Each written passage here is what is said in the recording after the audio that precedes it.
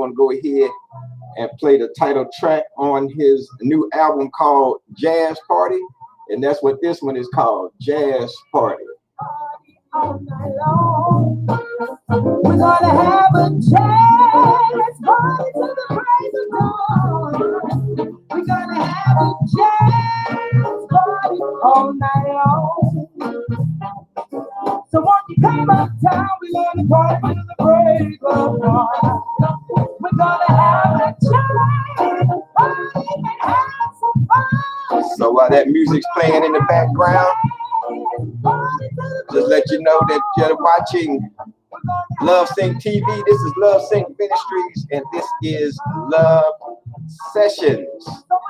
And today we're going to have two guests here at 11 o'clock from the world famous jazz family out of New Orleans, Louisiana. My first guest is going to be trombonist Delphio Marcellus.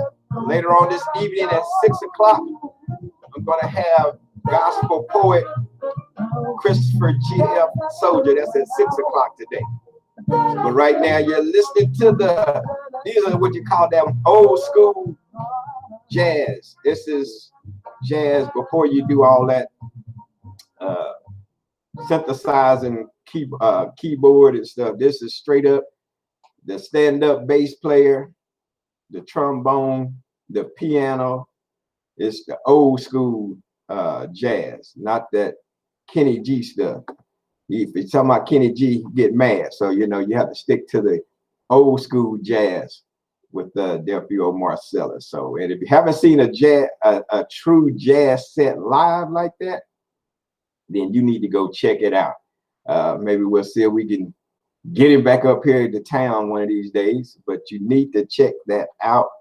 And if you ever see a live jazz set like that with the old stand-up bass, the old, the drum sets, the piano, then you definitely need to want to go check that out, because that is really something to see, something to hear, and it's so authentic and down to earth that you can't mess with it. So let me go ahead and play that beginning one more time. Y'all just caught the end of it. Let me get that. Yeah.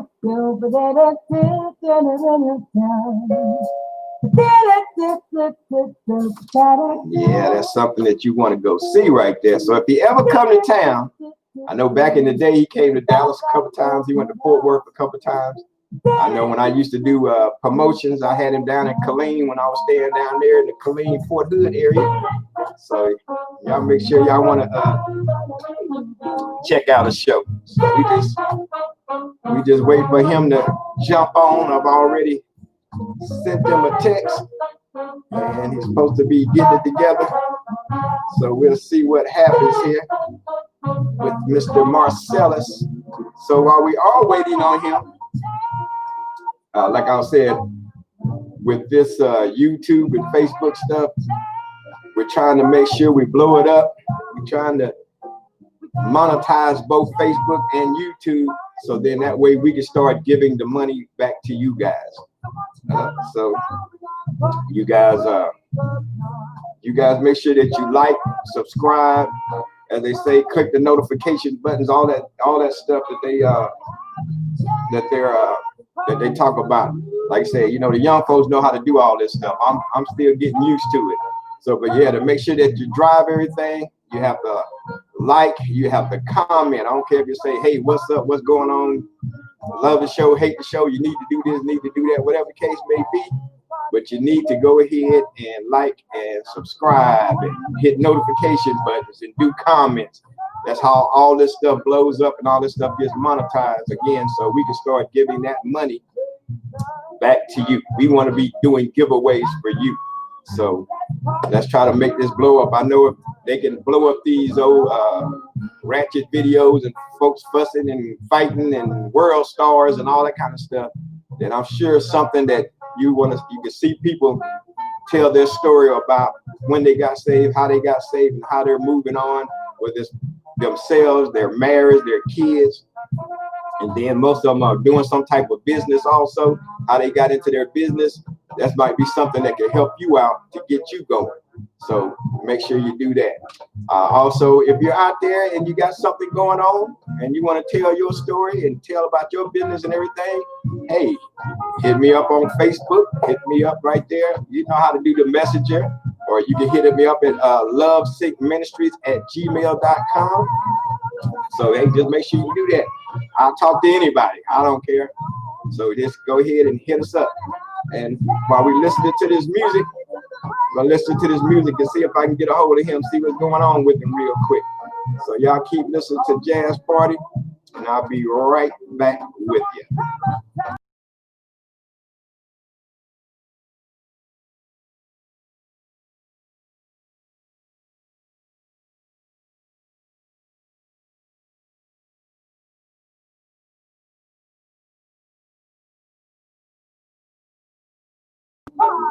All right, ladies and gentlemen, he's here. He's here. Better late than never, but that's a jazz musician for you, you know what I mean? They back in the back smoking in the back room and you trying to get them on stage.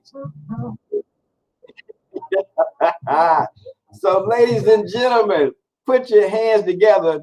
First of all, I know most of y'all saying, he ain't gonna get no Delphio Marsalis on that. That's a famous jazz musician. What he know about that? But guess what?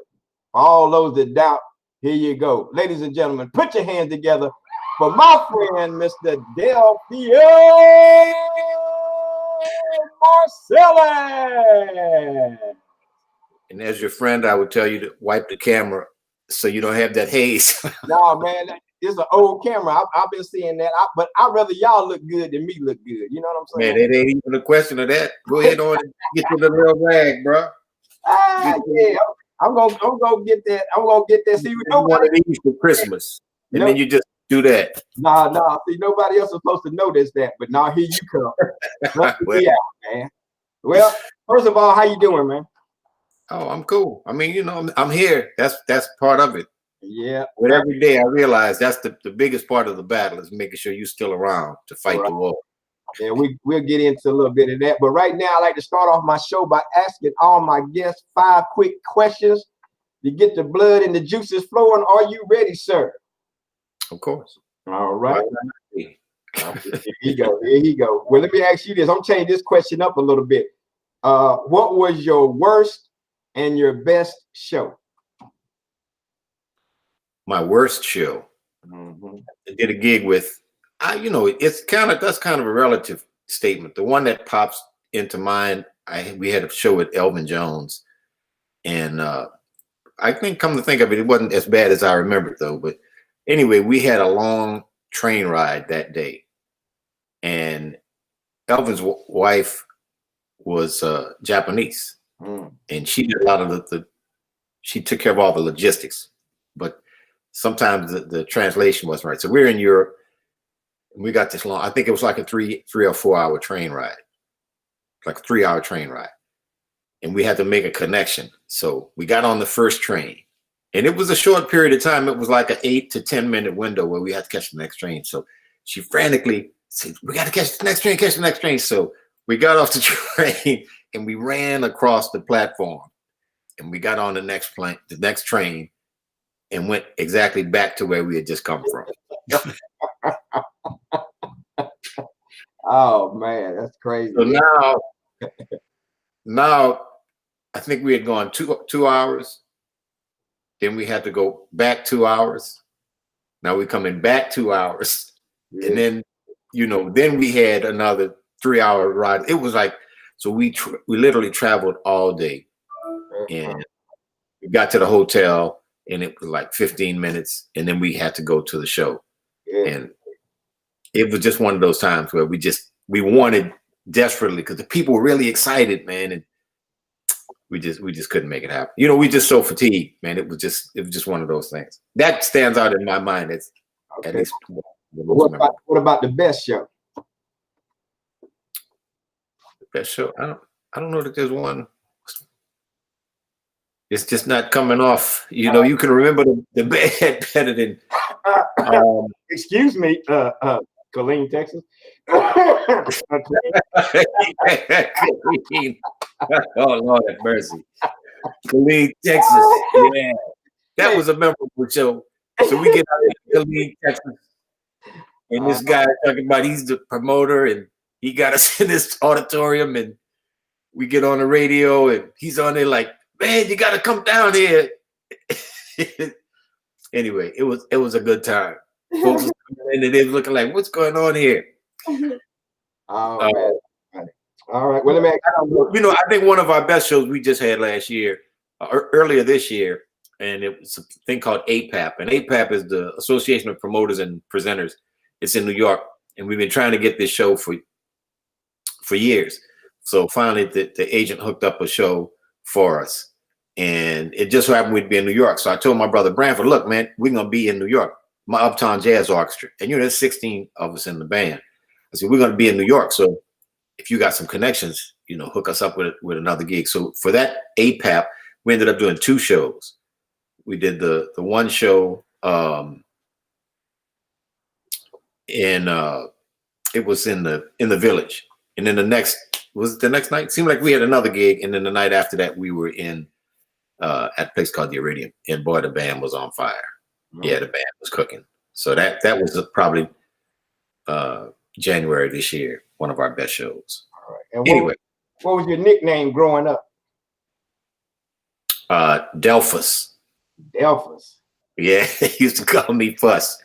I don't know why they used to put it was like a us, whatever your nickname was, you put us on it.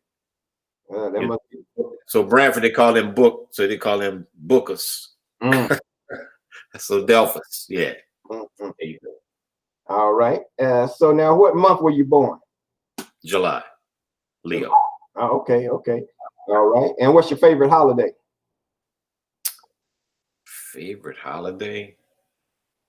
Mardi Gras. Okay. Man, that a holiday for everybody or just y'all? It's just us. I like it because I'm not far off the parade route, but I can stay in the office and get some work done while they got. So that's like, it's like a time of peace for me. I don't know if I'm going to enjoy it that much coming up. Well, I guess, every day is almost like Mardi Gras now. But, any holiday is cool. Okay. Christmas is always a good time. And what's your favorite TV show? Dateline, Secrets Uncovered. All right, last one. What was your let me see, who was it? Yeah, who was your first kiss? My first kiss. I'm not saying all that. Actually, I think it was a girl in high school. Yeah. You're not talking about like cousins or stuff like that. No, I ain't talking about your mama and your cousin, man. So yeah, it was actually like they had the mistletoe and yeah. Oh, okay. It must have been.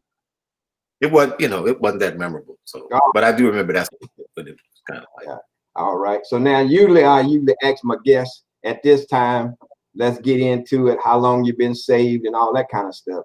So I'm just gonna ask you, what is saved? Yeah, as far as going to church, I know that's something that's foreign to you, but so now I'm just gonna ask you, I just want to ask you what is your faith, if any at all? What do you believe? Well, my simple belief is that there is a way of existence. So if you read, and I haven't read the entire Quran and I haven't read the entire Bible. I know enough of the stories in the Quran and the Bible to understand that there is a general way of existence. And there is harmony amongst people and all things. And the true way of being, we should be in harmony with as much as possible, as much of the people that we are around, as much as the living organisms and the earth and the world itself. That's like very basic. That's a very basic principle. So I try to live in that respect. Like the native people, to me, if you study the Native Americans and some of their beliefs, the native people, or if it's the native people of Africa, anybody who lives off the land, they have the right idea. And because we're further removed from living with nature and off the land, is really a struggle for us because we don't have respect for basic things. Now it comes down to a lack of human respect, lack of respect for humans, but just the whole idea of this whole plastic, and we'll sell out for financial reasons. And now, I'm not at all trying to say, holier than thou, and we all have issues and things that we're trying to deal with, but there's things that I do. We may have built a new house that was bigger than it should have been, or that bigger than it needed to be. And these are things that, but at the same time, we got plastics and things that we're trying to recycle. So anyway, I would say that my faith it's less about kind of a religious belief and more just about trying to live in harmony with everything and all people. I try my best to be respectful to people, which is hard, especially being down here in the Deep South, because there's still that kind of redneck type of thing that goes on. And it takes a lot. It takes a lot to, and just like you said, which was my best gig and my worst gig, and I remember the worst. Man, my belief is that because in human nature, we want things should go well, that we really remember the things that are negative. And to me, it takes many more positives to overcome a negative. Like that negative really hits us. Mm-hmm. Like, the first time that an adult called me the N-word. Mm-hmm. I remember that clear as it was yesterday. Like I can remember that so clearly. White guy with red hair, he had a little convertible, and he was probably a smoker. He flicked his cigarette out, and it was in the leaves right by his car. And I'm like, probably 10, 11 years old. The kids at school, when I was in Canada, they used to say it, but it was different because it's kids. Mm-hmm. Anyway, I see this cigarette, and I go to step, and I was putting a cigarette out. And man, he comes out of the store, and he's calling me, you get away from my car, and he's just going out. And I'm like, but the thing that I couldn't understand, and my mother told me a story about what happened to her when she was 5 or 6. The thing that I couldn't figure out in that moment was, what could I possibly have done to enrage this man to this degree? Mm-hmm. So that was the confusing part. Now, I've had plenty of, like my teachers, plenty of people who were white folks that I was around that were good and they did good things and they were positive influences. But, it just doesn't stand out. It doesn't stick with me like that. Mm-hmm. It doesn't stick with me like that. So, I don't know. I'm kind of going off here on a lengthy explanation. See, and the reason I even talk about this is because, see, that's just like me. I grew up in a religious denomination, right?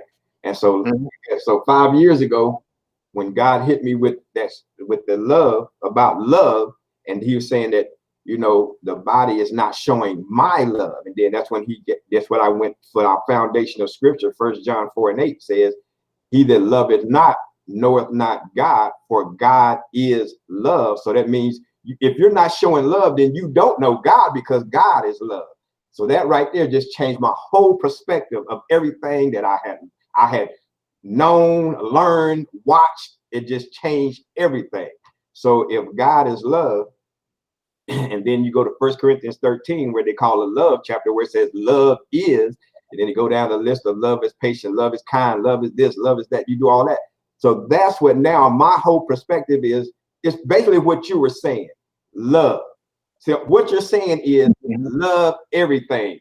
Love nature, love people, love yourself, most important, because if you love everything, then it changes the whole dynamic of every situation, because now you're trying to show love to everybody, no matter who they are, what they believe, how they believe. Your whole thing now is about loving everybody. And even those, like the man, that he's been taught hate.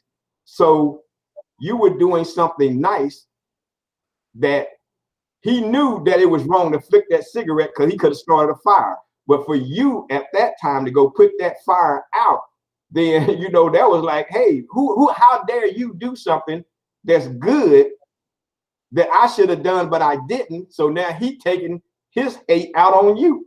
The same way everybody that's hurt take their hurt out on somebody else. So if we all just start walking and remembering that God is love and just walk in that love, because I've been with the Nation of Islam, so I was Assalamu Alaikum, Being Pop, my brother Muhammad speech, final call, and all that other stuff. You know what I'm saying?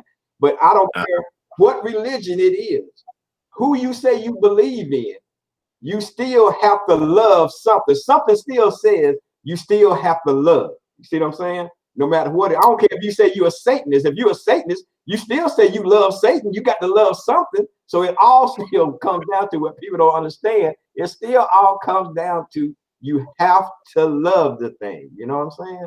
So, you know, it's all good, man. It's all good. So to clarify, the cigarette was by his convertible. So when he came out of the store, he thought that I was trying to break in his car. I was trying to, you know, he didn't even know about necessarily the cigarette until I said, hey man, I'm just trying to, there's a cigarette. You got to imagine too, you know, and that's the other part of that is when you have younger people and as an adult, you have to be mindful. I haven't always been mindful because, you know, I've worked with kids and the kids have they've had a certain amount of success, but it's based on the fact that we treat them like adults. Like we make demands on them that you typically wouldn't make of kids in terms of their discipline and how much work they do. And you know, as I look back, the one part of that, my dad would always say, kids are about the business of being kids, which they want to have a good time.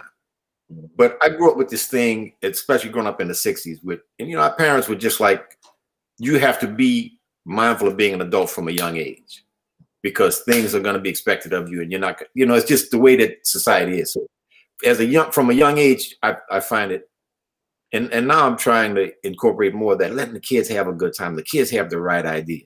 You know, they want to just have a good time. And then as they get older, then you face the jiveness. But it's like we always want to protect our youngsters kind of from the jiveness. Interesting that you're talking about love. And, you know, I just happened to have the TV on about an hour ago. And it's a documentary. I guess it's about the Muslims in the Quran and everything. And what they want to do is, after 9/11, they made this kind of to start the dialogue so that folks would really understand about Islam, the Muslims, and had less, especially the Americans, less contempt for all Muslims and all of Islam by thinking that this represented, you know, all of the folks who believe in the Islamic faith. But they had a Catholic priest on, and he says that the Bible, as many religious scriptures, should have a warning label that says could be hazardous to your health because these books speak in absolute terms. So a lot of times we take it and we look at these in absolute terms. And so, you know, you see what I'm saying? It's like everything in our life can't have that type of absolutism. And see, and that's the thing, if no matter what, like I said, no matter what the religion is, if you don't, and that's why I was saying I only started, like I said, God, it really hit me 5 years ago. So all those years before that I was saved or religious, whatever you say. And once he showed me it's all about, once God showed me it's about love, then I knew everything that I did before that was wrong. That's why when I did do that, I got on Facebook and I said, I apologize and ask anybody that knew me from the time that I was so-called saved and ministering and stuff like that to forgive me, because I know now that it's wrong. So I don't care if you're, like you said, if it's Islam, if it's Christianity, if it's Buddhism, Judaism, Hare Krishnaism, whatever it is, with any one of them, there's always somewhere in there a sect or a group that's just taking everything off the deep end. You know what I'm saying? So I don't care what it is. Just like you have the people that's doing terrorist bombs and stuff, they still say Islam and they hate Americans. So then that's what I'm saying. So when the news keeps portraying that terrorist bombs, Islamic terrorist bombs, Islamic terrorist bombs. So like I said, those that haven't read the Quran and dealt with true Islam, those people that's trying to walk in love also, then you like, well, no, but that's Islam. You're talking totally different from what the news is reporting about terrorist Islamic. But you, like you said, you have those that's just practicing Islam that's trying to be also just walk in love, but they're just saying Allah. You see what I'm saying? Just like somebody saying they're trying to walk in love and they're saying Jesus, or somebody else is trying to walk in love and they're saying Krishna. Whatever it is, it's just that everybody is rooted in love. It's just the few that take it and twist it and run out and scare everybody away from it. You know what I'm saying? Right. Well, you know, the sense of tribalism is really strong all over the world, but especially here in America, man. We have like a very serious sense of tribalism. And that's what we see in kind of the support of our current president. And it's to the extent to where almost to a cult kind of a situation. And we just have to get over kind of the whole tribal thing. But you know, the funny part of that is if you look at the black folks in America in mass, man, and they've been able to come to kind of get away from the tribal aspect, mostly because, man, they had their ability to kind of to get along with folks was their survival. Mm-hmm. Their survival depended on the ability to survey a situation and come up with an ingenious strategy. And you know, my vibe about this whole pandemic and folks are outraged and this and that. And I say, man, you know, if this were 1822 or 1820 and you lived in the South, there wouldn't be no vaccine coming. Mm-hmm. You didn't see the light on the other side of the tunnel at all. It was just, this is what it's going to be. And these folks, you know, and that's that strong African ism. That strong Africanism allowed them to overcome this foolishness and really find that love, as you mentioned. They found the love, they found the ability to forgive, and they navigated that situation. So that's why I look at this situation, and yeah, it's tough, but man, folks have dealt with much tougher situations, you know, throughout history. So I wanted to ask you real quick, because like I said, I know what you're going through, and you know, we feel for your loss. So now, what without kind of, you know, getting too personal into it, because it is, but what would you say if you ran across somebody now and then they would say, man, this COVID stuff is still nothing but a hoax. It's still a hoax, man. They government just lying to us. I mean, you know, man, you can't save everybody. Yeah. Like, look, so what I would say is that and just to let everybody know real quick why I asked that, because your father passed a COVID related situation. So that's why I asked you that. So go ahead and let them know. Yeah. Well, so the strain of COVID is not everyone gets it the same strength. Right. You know, that's the thing I understand. I was unfortunate that I got full strength. And I have an idea of where I probably contracted, but it was early, man. This was March 15th. March 15th was when I went to the hospital. So it was early. So we didn't really know down here, especially in New Orleans, it wasn't clear to us. Like I'm talking about literally within 3 or 4 days of me contracting it, the whole vibe in the country changed about what this thing actually was. So it was kind of bad luck from my standpoint of view, but it was a serious strain. There is a pretty good possibility that my father got it from me. And it would have been, I happened to go over to the house and I was touching on some things or this or that. I don't know for sure. But at any rate, you know, it affected him. But for me, it was serious. I was in quarantine for probably 3 weeks to a month. You know, I would get, like I went to, we did have his funeral, I think 2 weeks later, and I did go to that. But it was treacherous, man. And I just tell people, I hope you don't get a strong strain of it. Mm-hmm. I don't wish, you know, bad things on anybody, but and you know, I've told other people, it's like if you have 2 children at your house and you contract this and pass it to them, one might make it and one might not. Right.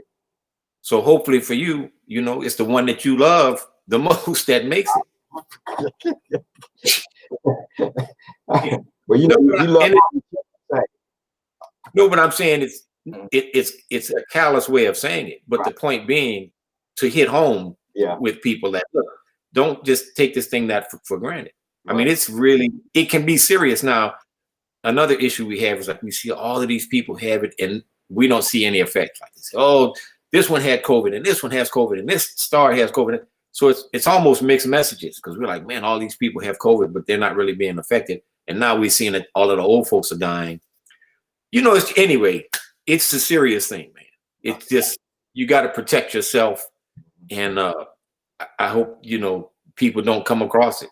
And if they come across it due to their own negligence, I mean, I hope for them that it's a weaker strain. Because, man, what I had, and it was serious. It's not that I ever felt like I was going to die, but I didn't know.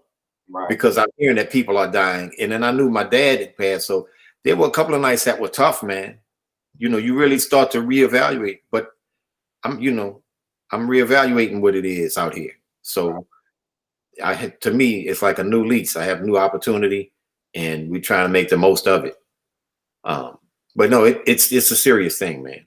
It's like, you know, it's like somebody told me, you know, it's like an STD, you know, and that's just what it is. It's like, it might be serious. You know, you just never know. Right. And you're going out here unprotected, and you got to protect yourself. I mean, that's just what it is. Okay. So now, how long you been married now? Okay, that's a nice segue.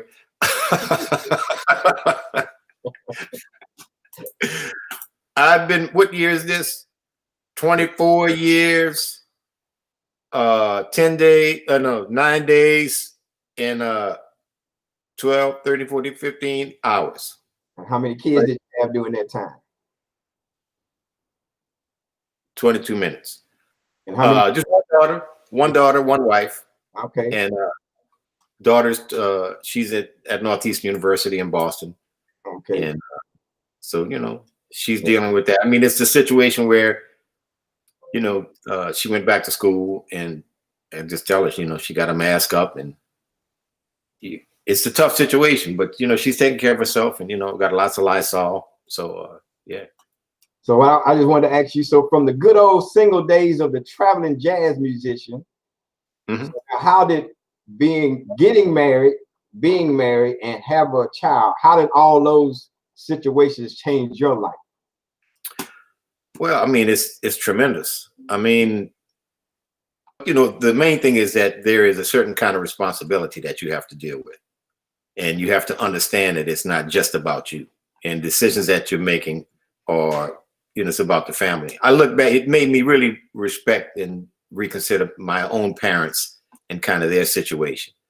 And the only part about just having the one child is, like, we think that we might make comments about people and how they raise their children, et cetera, et cetera. But, you know, the more children you have, man, and that family starts to extend, you got to really negotiate and have that understanding of.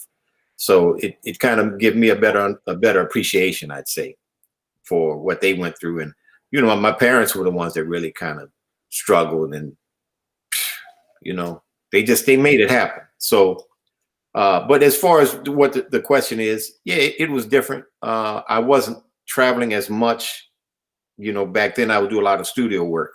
So a lot of the times it would be more in the studio than it would be, you know, out performing and this and that. But, you know, the main thing is there's, you know, certain amount of bills have to be paid. You have to work out how you're going to do that, and, you know, work out the family time that you're going to spend together and different things. And so, you know, I'd say it's just an adjustment. It's an adjustment that you have to make. All right. So speaking of family, and for those that don't know, let's go ahead and break down your brothers and what they play and where all they fall in that dynamic of the jazz family. Right. Okay. So there's Branford. Let me see here. Hold on. See if I can do this. So there's Branford, of course. He plays saxophone. I was gonna play a little bit. Oh, here's a good one. Let me see if it's gonna come up without a commercial. Have you always wanted to be a great singer? Figured it's gonna have a commercial. That's how they do it with you. So Branford plays saxophone. He's the oldest, and he's got the sound. It's most jazz-like. Like, he plays with. Here's what he plays.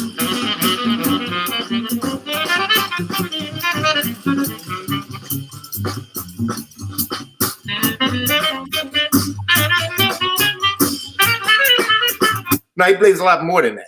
Like he's played Sting. He was on a Tonight Show. But it's like if you listen to go to one of his jazz shows, boy, you got to really love jazz. You got to really love jazz. And then there's Wynton. He's next. Of course, he's got jazz at Lincoln Center. He does a lot of different things. Lately, he's played more what you call traditional, older style.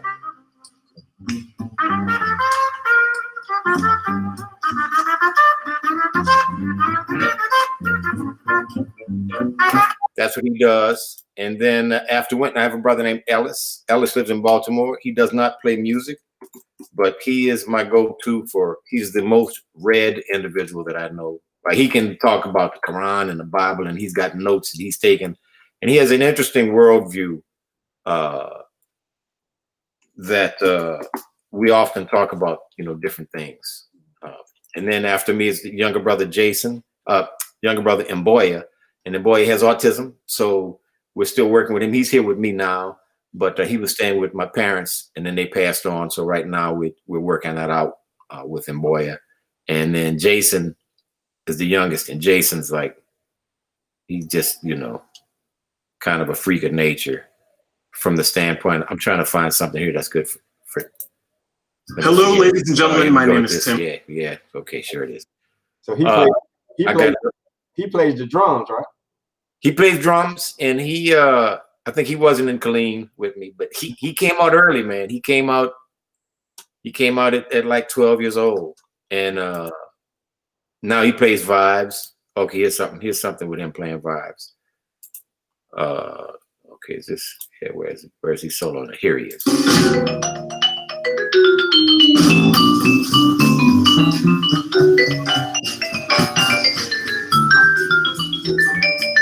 So man, the great thing about my family, the thing that I really miss most about my dad, man, is just being able to call him up and ask him that question, any kind of question.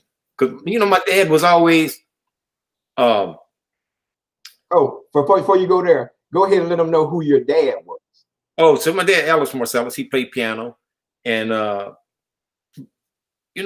thing about my family that stands out though is the type of resource. And I feel fortunate. People think about it from the standpoint of music, and the music is important, but for me, it's just a resource of, we're always on this quest, and I would always often call my dad and ask his opinion about things. What's going on with this? What's going on with that? And my dad was such that he had a way of letting you maintain your position, even when you're clearly wrong. It was not important to him to let you know and to prove to you that you were wrong. My mother, on the other hand, that was kind of her thing. You trying something on her, she would be like, well, let me tell you.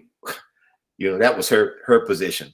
So it was interesting. But, both, and my mother would often, even if she knew the answer to some things, when we were growing up, she would always wait for your daddy to get home. Because to her, let's say the irony of my mother's life was her father abandoned the family after she was born. And she only had brothers. So she didn't have any sisters. And then she has 6 boys. So it's like she was a true feminist. And I think kind of the punishment for that is she was only surrounded by men like her entire life. It was just, Yeah. And I mean, I say that joking, not, whatever you. Yeah, I know what you're saying. You know what I'm saying. But I would say, like I call Branford up, and we often talk about things not only music related, socially, what's going on and our takes on different things.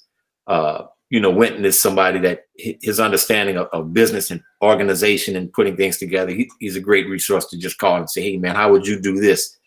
And he just break it down. So, so anyway.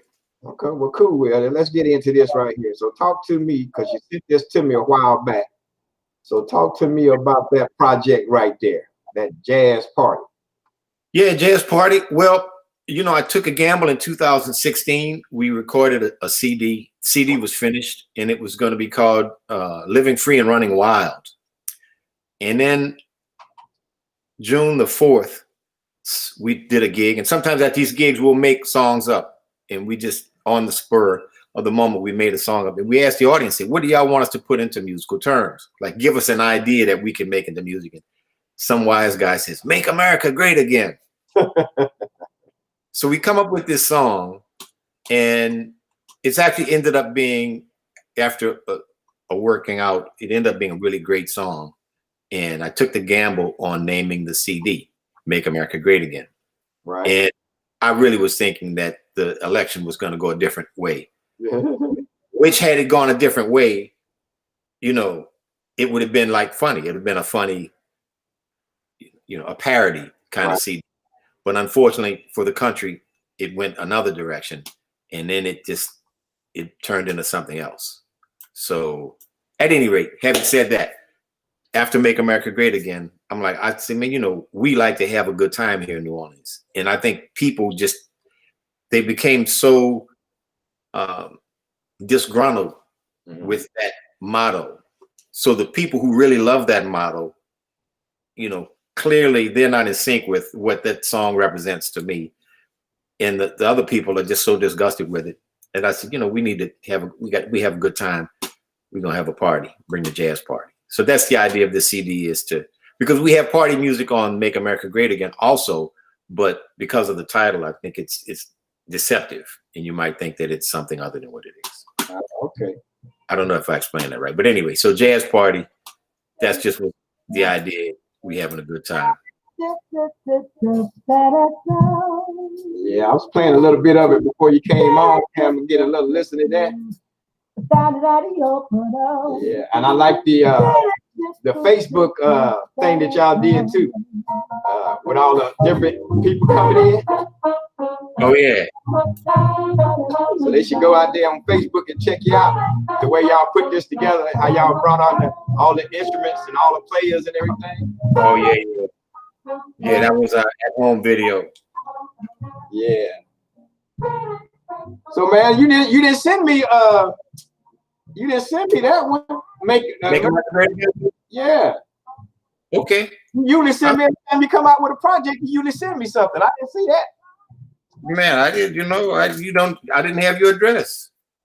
Oh, okay. Well, okay. That's what you say. But I tell you what, man. But here's what I want to tell everybody, that, you know, I don't know what it was, but you know, you and I, when we first met, and you know, that drive from Dallas back down to Killeen in that van and everything, you know, for some reason we just clicked, man. We just happened. So, you know, we've been tight ever since. And when I say tight, because even when it got tight for me and my family, you know, and I didn't know who to call, and I called you, and you sent that money, man, and you know, it just really touched my heart. Now I ain't never paying you back, but it really, really touched my heart. So, you know, I just want everybody to know that, you know, those that have met you or dealt with you, and if they don't know, I'm here to tell them now they can know that, you know, man, you're a good dude, you got a good heart, you know, you're there for your friends. And I just wanted to let you know and let the people know that, you know, I really appreciate you being that friend and what you did back then for me at that time. And, you know, and just always answer my calls. I ain't gonna say always answer my calls, but at least you call back. And well, I knew how much money you had lost as you was a jazz promoter. If you was promoting that gig, I said, man, he done lost some money doing this. Hey, they ain't had nothing to do with promoting the gig. That was just life. That's what I'm saying. I sent the money back because, well, he lost his money on me, so it ain't no problem. Nah, that was all good, bro. That was, hey, that stuff wasn't your fault, so, but you know, man. But we know we've been kicking it ever since, and you know, and like I said, I've seen all the processes that you go through and the stuff that you've done, all the projects that you still keep putting out there. You don't never stop the grind. So, man, I appreciate you and what you do, and you know, just keep doing what you do, man. Don't let nobody just discourage you, stop you, whatever the case may be. Yeah, well, I appreciate it. I appreciate the opportunity even more now. You know, it's just one of those things. And it's funny, but once you get past 50, so I'm looking at 55 in Sidney Bechet. So he died at 62. I'm like, damn, man, that's 7 years from now. So I'm like, I'm like, man, let's make it happen. So much as I can do while I'm here, that's the plan, is to get some more done. Well, one thing I do, like I said, man, I appreciate you coming on, man. Make sure that Let the wife know, hey, stay safe, be safe, keep her safe. Same thing with your daughter and the rest of your family. And I thank you for jumping on with me, man. You just take care of yourself. Enjoy the rest of your life. And send me that Make America Great Again. I'm going to play that bad boy. You know I will. All right. Send me your address. Do I have your address? Send me your address. Hey, bro, you sent me this, so you got it somewhere. Well, okay. If you're going to rely on that, then okay, good luck to you. All right, I'll text it to you again just to be on the safe side. So, ladies and gentlemen, that's been my interview with Mr. Delfio Marcellus, my main man. I'll tell you, brother, you take care, man, and you guys all jump on his website. How can they get a hold of you if they need to get some music and stuff? What can they do? Yeah, we have the website dmarcellus.com, and then we have some nice things going on Facebook as well. And I got the Uptown Jazz Orchestra, and we actually had a nice series of videos. We just played Tchaikovsky's Nutcracker. It was Ellington's the swinging version, and we did some promo videos. So we got some silly things that we like to do in some New Orleans. We like to bring the Big Easy out there, let everybody know what we're dealing with. What's the Facebook page name? Probably just Delfio Marcellus. Okay, cool. So y'all make sure y'all go out there and check it out. Order those CDs.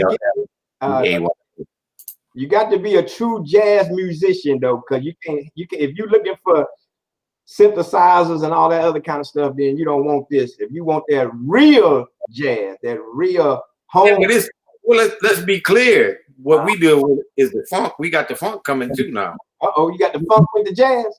I'm saying it's not synthesized, but we play more of the funky music. I think one of the things about jazz, and it gets kind of a bad rap, is people feel, it's this sophisticated, or it's this, or it's academic, or I don't know what the term, but a lot of people feel like they can't engage with it. Now, it's different. It is definitely different. But you got to figure, as much as we say, man, you have to understand that, like you mentioned earlier, Hindu is different, Buddhist is different, and the Muslims are different. Everybody has these differences. A lot of times you have to just be patient and give things some time. But we bring in, you know what I'm saying? So it's like we got the kind of music, just like what you just played, where it's got a groove and you can get to it. It's not going to be what you're hearing on the radio all day. Right. Because that's just not what it is. And I remember my dad, I heard an interview and the woman was asking my dad about jazz being more popular. And my dad said, well, if jazz becomes too popular, it won't be jazz anymore. So, you know what I'm saying? We just have to kind of understand it as something different. But I think we're playing the kind of music that resonates with people, and it's got that life to it in that New Orleans thing. So now you still do your what's that like when you came down to Killeen? What was it, just 4 of y'all, 5? It was 5 quintet. Okay, so it's been the jazz orchestra.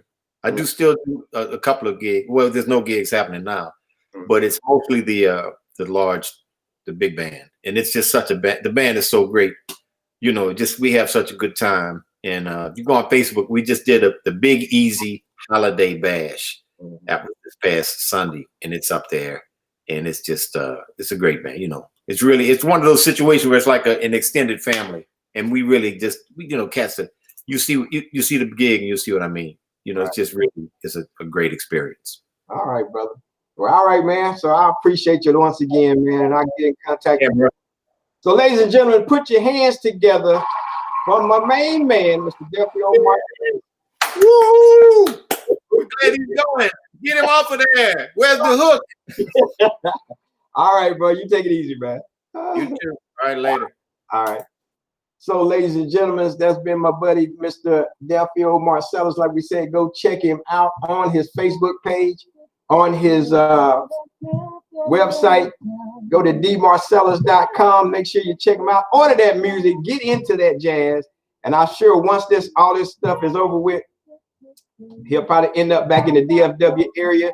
And if he is, this is something that you do not, I repeat, you do not want to miss a live jazz. So, I mean, even when I listen to the CD, it sounds good, but when it's in person and you get that sound and you can just feel it in your spirit, that's what you don't want to miss.